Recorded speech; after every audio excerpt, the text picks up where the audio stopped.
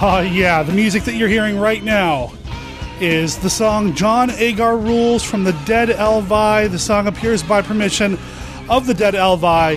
We're playing it this week because we have a John Agar film on deck. We're going to talk about the classic Universal big bug monster movie Tarantula, starring John Agar.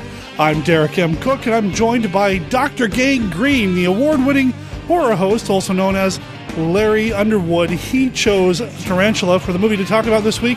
I'm excited to talk about it with him and share that discussion with you guys. This is actually the last of the pre-recorded interviews and segments that I had lined up before we launched Monster Kid Radio. So all content moving forward is all new content generated after we launched Monster Kid Radio, and I'm excited to share what we've got coming up down the line. But this week, we're talking about Tarantula, we're talking about this John Agar, we're talking about Jack Arnold, we're talking a little bit about the plot, talking about women's roles, science lessons, all that kind of stuff when it comes to this classic 1950s monster film. I can't wait to share it with you. But before we get to that, I want to share our contact information. You can call us at 503-4795-MKR. I've said it off and on over the past few weeks. We are going to be doing a feedback special down the line. I'd love to have your feedback as part of that. So call and leave us a voicemail. Let me know what you think of the show. Let me know what you think of a various monster movie. Tell us what you've been watching. If you went to Monster Bash last weekend, let us know how that went. If you went to San Diego Comic-Con last weekend, let us know how that went. Just call in and let us know. Or drop us an email at monsterkidradio@gmail.com. You can also find us on Facebook. We have a page that you can like, and then a group that you can join, and then get involved in some of the discussions happening over there. I have a poll right now at the top of the page at the Facebook group, asking you guys and gals which actors or actresses, or heck, let's even say directors, you'd like me to do another top 3 list of. When we launched the show at Wonder Northwest earlier this year, we started with a top 3 monster movie list of like our favorite monster movies.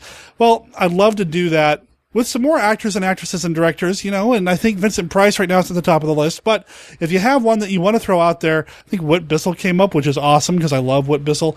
Get over to the group and let your voice be heard. Vote in that poll. I've had a lot of people asking me if they can find episodes of the show through a means other than iTunes. Well, we're on the Stitcher Radio app, so you can find us on Stitcher Radio. It's an app for your smartphone, or you can go to our bare bones behind-the-scenes website at monsterkidradio.libsyn.com.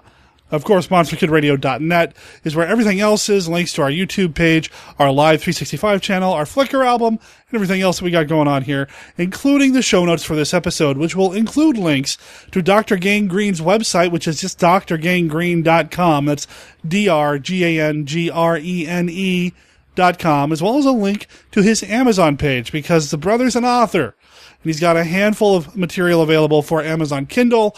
I'm going to put a link to that as well as a link to the Dead Elvi, who are just awesome to let us play their song on this week's episodes of Monster Kid Radio. You'll hear John Agar Rules in its entirety at the end of the show, after part 1 of our discussion with Dr. Gangrene about the movie Tarantula, which we're going to get to right after this. Feature promo, take 1. Hello, fright fiends. Join me, Dr. Grimm, your master of ceremonies, on Creature Feature, as I bring you with me on a fright-filled journey into the classic monster movies of yesteryear, with films like Bride of Frankenstein, The Wolfman, Creature from the Black... What? Oh, what was wrong with that? Nothing, except we're not showing any of those films. Nothing that classic. No, we can't afford the classic packages. What? I thought we were going to. I didn't sign up to host some cheap jack collection of cinematic claptrap. If you think for 1 minute... Come check out Creature Feature, the podcast that explores the monster movies of yesteryear. Tune in every other week to hear movies covered featuring vampires from outer space, werewolves disguised as Mexican wrestlers, bug-eyed aliens with a fetish for blondes, killer tree stumps, Japanese actors playing Caucasian monsters, cat women from the moon, giant crawling eyes, green slime, and even Hitler's brain. You can find us on iTunes or check us out at CreatureFeaturePodcast.com. Creature Feature, the other classic horror podcast. I don't need this, you know. I work in the legitimate theater. Yeah, dinner theater maybe from the look of things. You insolent cur. Say what now? I said, you're the director. Okay, let's go for another take.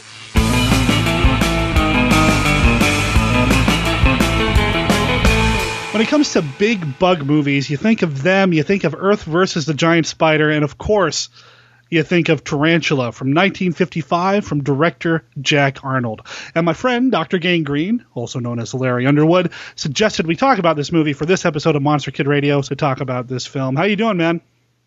Doing good. How you doing? Are you a big fan of Tarantula? Love Tarantula. One of my favorite 50s movies. Oh, it's great. Jack Arnold, who I know best from The Creature from the Black Lagoon, one of my favorite 50s movies. Mm-hmm. John Agar.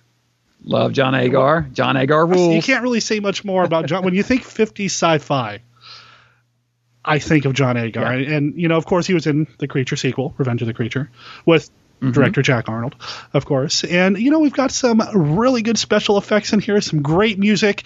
This is one of the quintessential, I believe, Universal science fiction movies of the 50s. I mean, Universal was known for their horror movies, their monster movies from the 30s, 40s, and, early 50s. And then we transitioned into the sci-fi movies that they were becoming known for in that era. And this one is one of the best. Mm-hmm. Definitely. Now, did this one come out before or after Earth versus the Spider? I have no idea. Okay. Now, Earth versus the Spider is the Burt I. Gordon movie that also has a giant missing a town. Let's see, a quick search, 1958. So this one came out first. The original creepy crawly. There you go. And there really aren't many giant spider movies out there. I mean, we see giant ants and deadly mantises and things like that, but I can't think of any other spiders. Can you? No, I can't. And you would think, that would be a role, but maybe this one just did it so well it branded itself as the giant spider monster movie. Kind of a sub genre. There you go. Now, I hadn't seen this movie in a long time before Larry recommended it to me. I think I saw it last when I had it on VHS way back in the day when I worked at a Blockbuster Video. Remember those? Years ago. So I hadn't watched it in a long time. Fortunately, it's available on DVD as part of a set put out by Universal with some other movies from that era, like The Deadly Mantis. Actually, I take that back. The Deadly Mantis is not part of that collection. That's a shame. No, it's Monolith Monsters, Monster from the Campus. I'm trying to think. Well, the Mole People, John Agar. Mole People, another Agar movie. Incredible. It's a good set. Oh, yeah. And The Incredible Shrinking Man. That's right. Well, it's another Jack Arnold movie. Yes, who I realize I know not very much about. I need to learn more about Jack Arnold and his filmography. What do you know about Jack Arnold? I think he directed some Gilligan's Island episodes. I may be totally off base there, but I believe he did. He just did so much good stuff. The guy is just a solid director. Of course, he did some later on. Did some westerns and other things. I think everybody did in that time, including John Agar. But yeah. But now I want to see an episode of Gilligan's Island where Gilligan and the skipper walk away from the coastline on the beach, and then the creature's hand comes out, and you hear the sting, da da da. I want to see. I want that mashup in my head to happen. Yeah, I mean, let's see. I'm looking at his IMDb page now. Yeah, Gilligan's Island, Incredible Shrinking Man, Creature from the Black Lagoon, and It Came from Outer Space are the four it says he's known for. It Came from Outer Space. Is another classic, and that's another Universal film, isn't it? Yes, another classic. And one thing that I did notice watching this, Arnold, every once in a while would have let's sit down and talk about science moments in these movies. He did it in Creature when he's talking about the evolution of certain fish that come out on land. He does it in this movie a couple of times, talking about we even have this film of the tarantulas. We have the classroom scene, basically. We're like, well, here's do you have that tarantula film queued up? Yeah, let's go ahead and play that for the good doctor. So, yeah, you couldn't just tell him about a tarantula. You needed to show him this little educational Exactly. Yeah. Well, I think the story's pretty easy to follow. If you don't already know it, it's basically a giant tarantula terrorizing a town, as the cover box, I think the VHS cover box used to say, crawling terror, 100 feet high. But there's that whole pre-story, though, that before, because it's a good 30 minutes before it gets to the tarantula stuff, at least. Yeah, we've got... You got a lot of mad science happening. Yeah, which is, again, something that might have been a holdover from previous types of movies from Universal. You had the mad scientist, craze in the 30s and 40s and a little bit in the 50s as well. That's creeping in here with the acromegalia, trying to make a new food source, nutrients to help the overpopulated planet in the future, which ultimately results in a giant tarantula. Mm-hmm. their future is our past now, which is kind of interesting. They're talking about by 2000, I think he mentions what the population of the world will be and how the food source will be limited because the population is booming so much. And, it's kind of interesting. But Leo G. Carroll is the mad scientist. Professor Deemer. Professor Deemer, yeah. And so he's created this new nutrient that is supposed to work as a food source for people. He is using it to inject animals, and a side effect is it causes them to grow to extreme proportions. So you have giant guinea pigs and giant rabbits and a giant tarantula. And his two cohorts that are working on it with him inject themselves with this nutrient, and that's where the acromegaly disfigurement comes in, because they become disfigured. Which isn't necessarily something new for Universal. I mean, Rondo Hatton is a character actor from some of these movies as well. And I mean, he passed away in the mid-40s, but he had worked for Universal as well. And he really suffered from acromegalia. Mm-hmm. So this is something that might have been in Universal's, wheelhouse a little bit, something that they knew a little bit about. Although the makeup that we see on that first guy wandering through the desert in his pajamas didn't look anything like Rondo Hatton. No, it looked more like Agar in that what's the movie The Hand of Death? The Hand of Death. That's what looked more like him in that, like Ben Grimm thing or something. Yeah, I couldn't tell what we were looking at here. I mean, he looked like that. He looked a little like alien-like from like a Twilight Zone episode. I don't know, just something about him. His stomach was distended, and he had his faces distended, and it was all over the place. But the Bud Westmore did the effects for this, and the makeup special effects are incredible. Mm-hmm. Not sure about the visual effects who did that, but it did some matting and some things like that were actually really pulled off really well for its time. Yeah, I was really impressed. I was thinking to myself that this looks a lot better than it has any right to be. It looked really good. Yeah. And I think that's part of what makes it hold up so well. Yeah, this movie's aged pretty well, although we say that, but there are some exchanges of dialogue between between our two leaders, our male lead, John Agar, who plays Dr. Matt Hastings, and our female lead, Eric Corday, playing Steve Clayton. Steve, yeah. Yeah.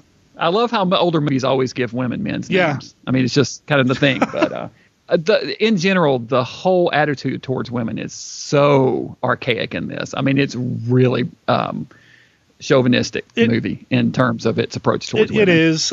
There's the, science or not, a girl's got to get her hair done, really.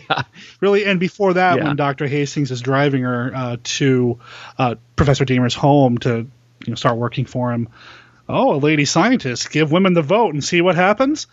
Really? Yeah. And she shows up, and her boss says, well, I just wasn't expecting a scientist that looked like you. And, I mean, it just goes on and on. They're later joking about there's more women jokes at women's expense later on with some of the townspeople. And, this kind of a running theme throughout the movie. But, I mean, I guess it was 1955. I'm not excusing it. I'm just sort of saying is what it is. I mean, it's of the time, certainly. And that's one of the things that we see when we look at these older movies is, it's not just a movie. It's also kind of a slice of what life was like in terms of, society and how people treated each other and what the prevailing thoughts regarding gender roles and racial stereotypes and just all these different things. I mean, there's no racial stereotypes in this, for example, but, you see that in these older movies. And you can't necessarily fault the movies for that now. Right. It's just kind of how it was, right or wrong. That said, I think Corday did a great job in the movie. I mean, she was not just that typical kind of dumb woman character that you'd see in some of these movies. She was a well-rounded character. I really enjoyed her. Yeah, she was great, and she really is a beautiful woman, too. I think, now, you said she made some magazine appearances and such. She was, I guess, a model at the time also. Right, and she did appear in Playboy at one point. So she did have a Playboy appearance as well. But yeah, I mean, she was a beautiful. I mean, we can't take that away from her. But she was also a good actress, and the character I really liked. I could see this character, the Steve character, going on and having other monster adventures with Dr. Hastings. Yeah, I could see that. I thought the two really played well. I thought there was a chemistry there between them. I thought, and she held her own against, with Agar, who obviously is, had a million screen appearances in B movies. He's the king of B movies. Yeah, well, John Agar rules. And I think we're going to have to say that like every 5 minutes in this thing. JNR. I think you're right. Of course, that's a reference for those of you who may not know to a song by the band the Dead Elvi. It's called John Agar Rules, which we should be playing in this episode probably at the end. Go ahead and play that in there, drop that in there. And I want to get back to that as well, because you've done something with that song as well that I want to talk about at some point. But yeah, check out the Dead Elvi, great band, and this song John Agar Rules is spot on. Yeah, it's really good. On. So, John Agar, who is just charismatic as hell, he commands the screen when he turns up on screen. And yeah, he's played other scientific types. We mentioned Revenge of the Creature. He's a scientific type in that. But in this, he's a small town doctor who, when we first meet him, I guess flies in to the various small towns that he services in Arizona.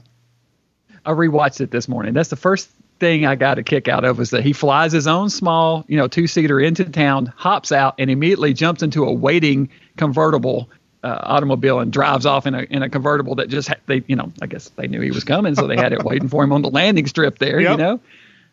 Yep. So he's got to go into town, and it's life in a small town, except there's this acromegalia killing people, and Professor Damer who wants nobody to look into it too deeply, because he's got his secret experiments happening just outside of town. So I guess it's not so small a town that you can't have the mad scientist stuff going on just outside of town.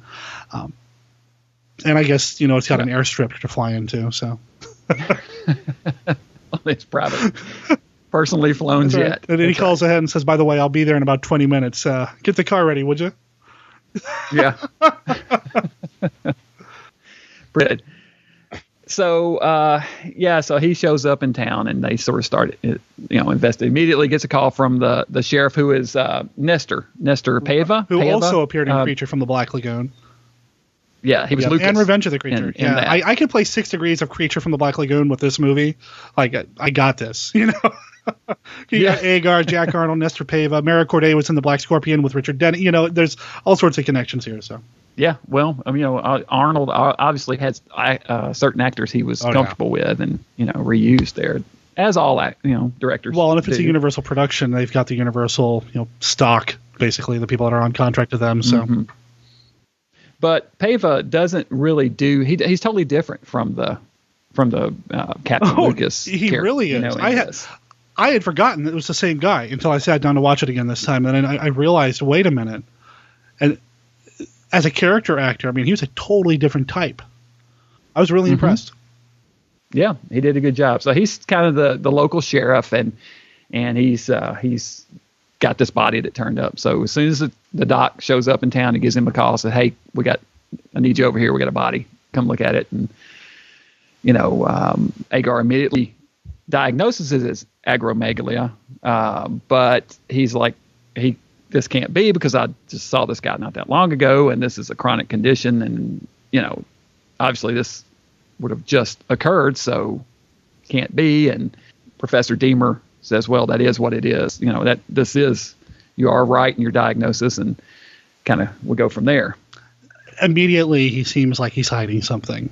And it's evident to us as an audience, because, we know there's something else going on, because we've spent some time with the guy in the pajamas in the desert. We know there's something happening here. But Dr. Hastings is also, and rightfully so, suspicious, because this is a disease that takes years to, I guess, come to its conclusion with its victims.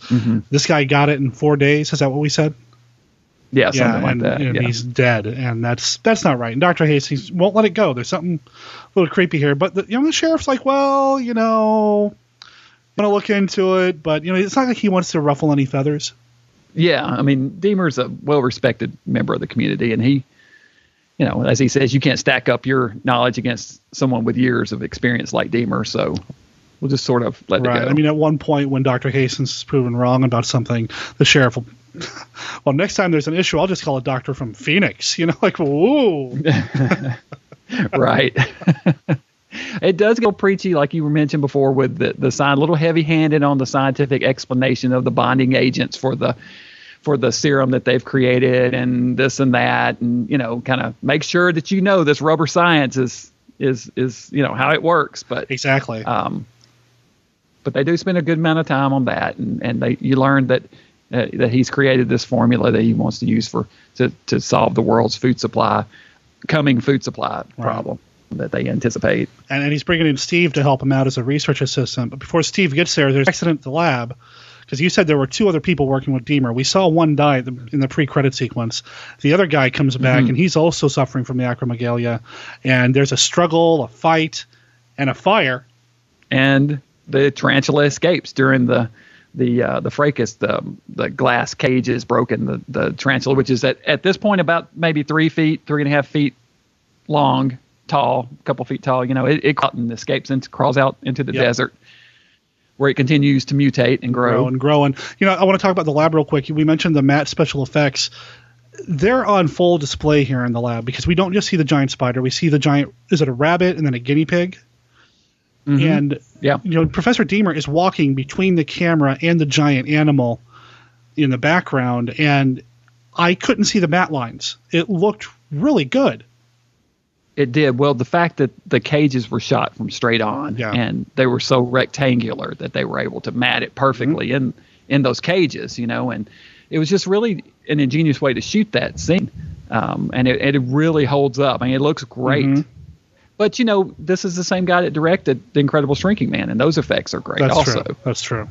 Kind of in his wheelhouse. That's kind of just very, very well done. Definitely. And that's what holds up well with this movie, are the visual I think effects. so. I think if you get hung up in some of the sexism and all that, at least you can go to the giant spider. That's right. Yes, you can. So the giant spider's loose, and now we're just waiting for the spider to turn into the 100 feet of crawling terror. But in the meantime, we meet Steve and everybody. We got to meet Steve. That's right. She shows up, gets off the bus immediately. Is having trouble. She wants to go, out to the Deemer's place, but she can't get a ride, and Agar happens to be going that way, so he offers to take her, and the two immediately hit it off. There's a definite connection between the two, but I really appreciated that it didn't turn into a kind of a cliche kind of, I don't know, love at first sight kind of thing. I mean, there's definitely a different... It's a little flirtation, but there's an edgy flirtation to it. I really liked it. When, were they staying at a hotel? Does Dr. Hastings stay at a hotel or something like that in town? A boarding house of some sort? Well, it's like, I was a little not too sure on that. If maybe his office was, maybe she just came into where his office was, and that's where the switchboard I don't know. I'm not exactly sure. Yeah, it's a little unclear as to what the living arrangement is, but she's there looking for a ride. He's there. The person who runs the front desk recommends, hey, Dr. Hayes, he's going out this way. Can you give her a ride? And do you want me to introduce you to each other? And they both look at him and say no together and walk off. There's an edgy kind of flirtation here that I just really liked these two. I want to see these two go on adventures together, man. They should go fight. They should go fight the deadly mantis. And the black scorpion. Oh, wait. Agar's not in that. Dang. But she is, and then he can just get, I don't know. She should have brought him along. I smell some fan fiction coming here. That's what I'm Oh, goodness. So they head off and make their way to Deemer's office, and at this point they find the lab's been smashed to bits from the ensuing fight that they had earlier. Professor Deemer believes that all of his specimens were destroyed. He doesn't mention what was destroyed at this point. It would have been useful if he had mentioned, oh, by the way, I also lost that giant tarantula I was growing. But, I mean, that comes up later. I don't know. Well, he wasn't awake, though. And what we forgot to mention also is in the fight, he is knocked unconscious, and the other guy injects Professor Deemer with the same formula. I think we neglected to mention that earlier. So he has been injected with this now also. So we know that he is about to suffer the same fate as the other two men. But while he was unconscious, maybe because of the fire or whatever, he wasn't sure what escaped, or what was destroyed. I don't know. Yeah, so it's kind of hard to tell. I mean, but at this point in the story, while I'm enjoying what's happening with Hastings and, Stephanie, Steve, Clayton, and everything that's happening here in the small town, I was waiting for the tarantula to show up. I felt myself getting a little anxious waiting for the spider to happen. Yeah. While I'm not saying that it wasn't well done, and the suspense, I suppose, was in place on purpose. It worked on me. It made me want the spider. Mm-hmm. I felt like there was a little meandering that could have gone south for me. It could have turned into the cheesy kind of, Hastings and Steve go out to the rock formation, and they could have done the grandiose kiss with the music swelling in the background and all that. But no, they're just kind of out sightseeing. So it's a fine line that Arnold was walking here in terms of keeping the suspense high, keeping the story going. Yeah, I think that's all really well done, and it never crosses that line. So yeah, I think that's well done. And I agree. The best part of the movie is the second half where the tarantula is rampaging. The prequel stuff, it's just a little talking. It's a little draggy. It does get a little draggy. Yeah. It gets on to the tarantula maybe at the halfway mark. Yeah, the halfway we start seeing the tarantula, and then about the 2/3, maybe 3/4 way, it's really town versus tarantula. So the tarantula, while the rest of the characters are kind of sorting out what they're doing, the tarantula has started skulking about town and making snacks of cattle and occasional person here and there. And the doctor's getting reports, somebody else has been killed, so he'll go investigate. And in every instance, he finds bones that have been stripped clean of all the flesh and skin and these strange puddles of white substance. Which is just creepy. Yeah. But not so creepy that Hastings doesn't taste it later when he finds it later. What? Don't you love that? He walks up to it the first time he sees it, and his immediate thing is to stick a finger in there and taste it. I'm going to smell this, and I'm going to taste it, and what are you doing? And I'm going to touch, smell, and taste this. Yes. I guess he's using all his senses. I don't know, but man. That's some mad science. That's right. Well, see, he's just a little town doctor here. Now, if he was the brilliant scientist that we see in other movies, I don't know. I'm stretching. It's almost on par with the scientist from Monster on the Campus, the ineptitude of that scientist as well. Yeah, which we haven't seen that in forever either. And I think that's another Arnold movie, isn't it? I think so. Yeah. Yeah. So... anyway. Yeah, so the goo is bitter tasting, so it must be bad. Yeah, so now you know that spider venom tastes which bad. I'm glad we know that now, so that if I come across some white substance that just tastes bitter and a bunch of skeletons nearby, I'll know what... Well, yeah, that your first inclination isn't to taste it. Yes. Must be a giant spider. Yeah, that's funny. Yeah. Yeah. We learned something in this movie. Mm-hmm. That's right. We did. So you've got your cattle that have been stripped clean. You've got your human skeletons that they're finding here and there. We got a couple more victims. So everything's mounting up. Dr. Hastings takes a sample and sends it off to the lab to get it analyzed, and discovers that it is spider venom.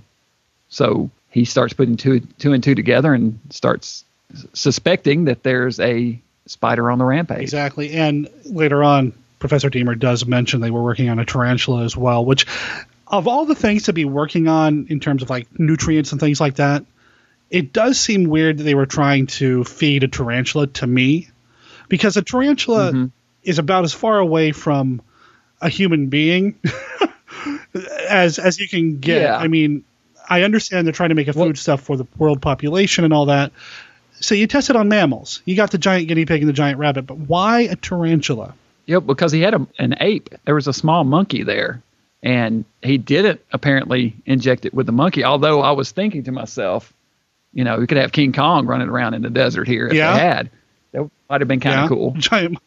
But I guess he didn't, because he was feeding the monkey and playing with the monkey, and at one point someone off screen throws the monkey at him, although I think there's a weird jump cut. I think it's a stuffed animal, and they cut to them. Did you notice that? When Professor Deemer is surveying the wreckage of the fire in the lab and all that, he's out wandering around in the desert night, and this giant shadow appears off to the left of the screen, and then something jumps out at him, and it's clearly somebody tossing the monkey to him, because it's just a little tiny monkey. I'm not sure.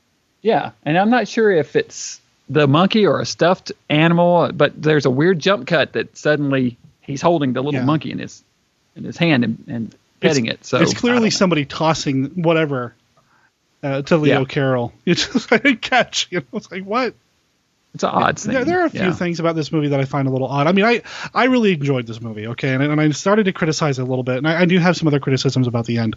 But I really enjoyed this movie. I thought the characterizations really carried it through, as well as the amazing special effects. We talk about how they find the white goo in the bones strewn about. We find some human remains that pretty gruesome for 1950s. Yeah. And I was impressed by that as well. And ultimately, Dr. Hastings is going to put this all together, try to get the sheriff involved, and he doesn't necessarily buy it. Yeah, and the journalist sees them in that scene where they decide that there is a threat, so they gather all of the town's explosives, all of the dynamite in the town, and they load the street up, line it across the street, run it back to a plunger. I found it funny that John Agar is still the one, though, giving the command of, okay, wait a minute, now. He hops in the truck with the military as well, or the local police, whoever it is. Yeah, I thought, but he's just the town doctor. He just delivered twins. He's a doctor, but he's just so damn macho. That's true. It is John Agar, who rules. Instinctively took over. That's right, John. Yes, he does.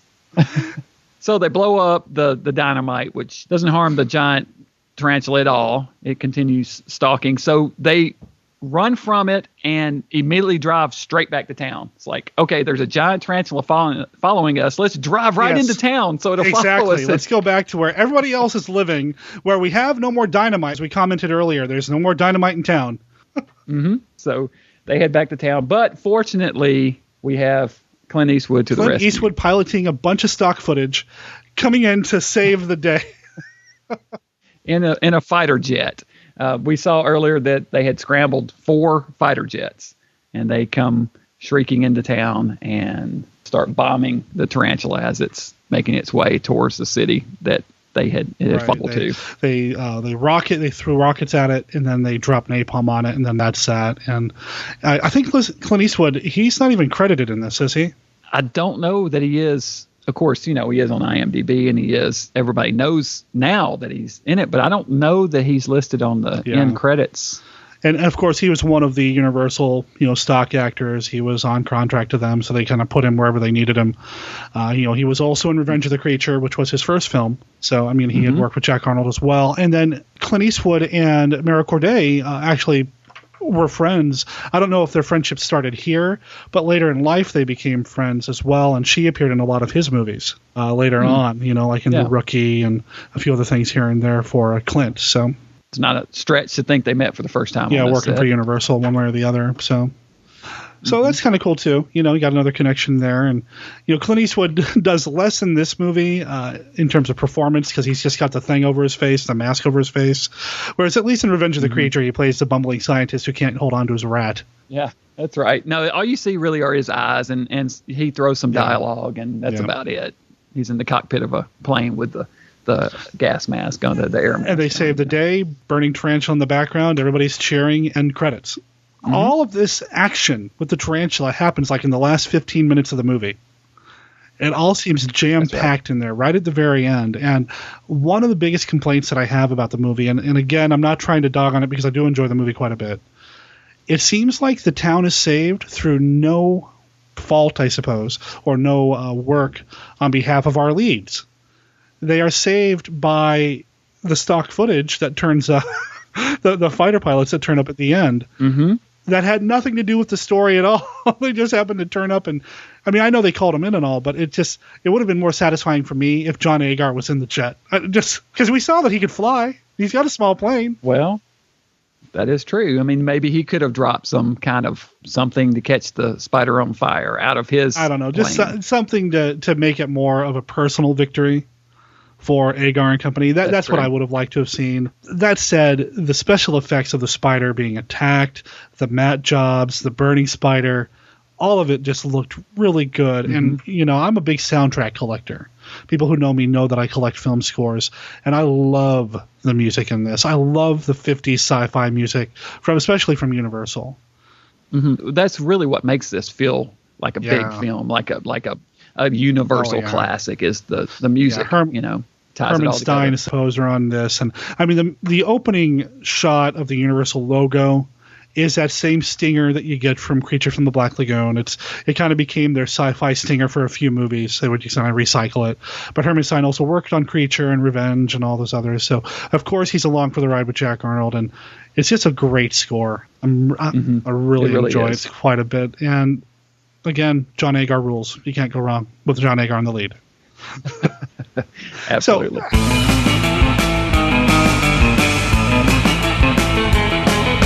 Big thanks to Larry for joining me for this week's episodes of Monster Kid Radio. Come back in a couple of days for part 2 of that discussion. Talk a little bit more about the movie itself and kind of its impact and its influence on us as monster kids and him as a horror host. Again, you can check him out at drgangrene.com or look up Larry Underwood at Amazon to check out his short fiction. Remember, we have a contest going right now where you can create the very first Monster Kid Radio promo. It's got to be between 30 and 60 seconds long. It can use some music that we use here on the show when we don't have a band like the Dead Elvi providing the music. The deadline is August 11th, and if you are the winning producer of the Monster Kid Radio promo, you do get an unopened, never-watched virgin copy of White Zombie on Blu-ray from Kino. It came out not too long ago, and it looks great. It's got a great commentary track, one of the best Bela Lugosi movies, one of the best zombie movies ever. Can't wait to see what you guys turn in for that. I have no entry so far, so the field is wide open. Monster Kid Radio is a registered service mark of Monster Kid Radio LLC. All original content of Monster Kid Radio by Monster Kid Radio LLC is licensed under a Creative Commons Attribution, Non-Commercial, No Derivations 3.0 Unported license. Of course, that does not extend to the song John Agar Rules by the Dead Elvi, which you're going to hear in its entirety right now, courtesy of the band. Talk to you in a couple of days.